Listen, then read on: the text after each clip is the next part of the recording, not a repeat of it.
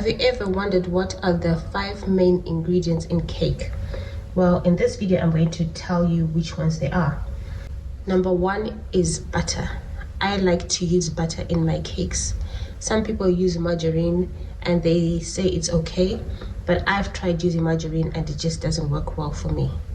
They become oily. The texture is just not so good. So I prefer butter. As well as butter, some recipes call for oil instead of butter. Instead of butter, some recipes call for oil, which happens a lot, especially in chocolate cakes where you want them nice, fluffy, and light and moist. So oil is a good substitute for butter. And then there is sugar. Caster sugar, in fact.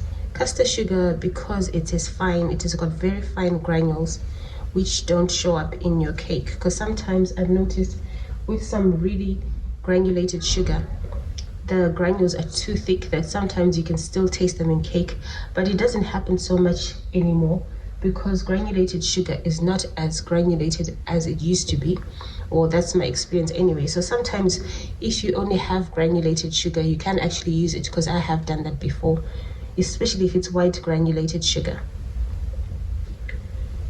Then there is the flour. Flour for cakes, you need self-raising flour because it's got a raising agent already added. This helps your cakes to rise. If you have only plain flour, for example, you can actually make plain flour into self-raising flour.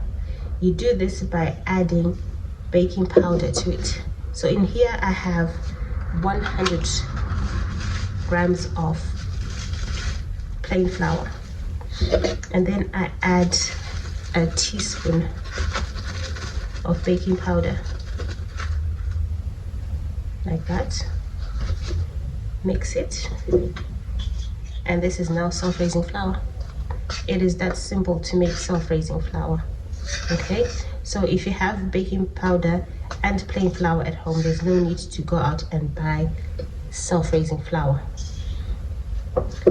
I like to keep self-raising flour and plain flour though, because sometimes I just find it easy just to open up a pack of self-raising flour and make my cakes. And then, of course, if you're making cakes with egg, you need eggs. I buy free-range eggs, free-range organic, but buy whatever you can afford. And then one more thing, so we've got the butter or oil, which is the first ingredient. Then there's the sugar, flour, eggs. One final thing is flavor. You need to flavor your cakes. So one easy and cheaper way of flavoring your cake is to use fruit. I like using the zest of oranges and the zest of lemons. If you like grapefruit, I guess you can use grapefruit too. But there's flavors, you use the skin only, the yellow part. Don't add the white part unless it's just by accident.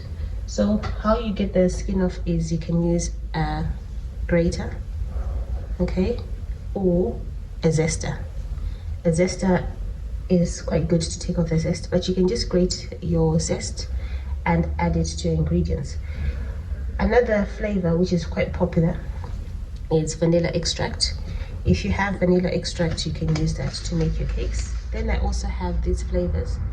This company has quite a lot of different flavors for cakes. You can use those. I like this one. This is one of my favorite flavors. And then that's it. Those are the 5 key ingredients to make any cake, and they're great for like a Madeira cake, which is a great cake to start off as a beginner. Thanks for watching, and see you again in the next video.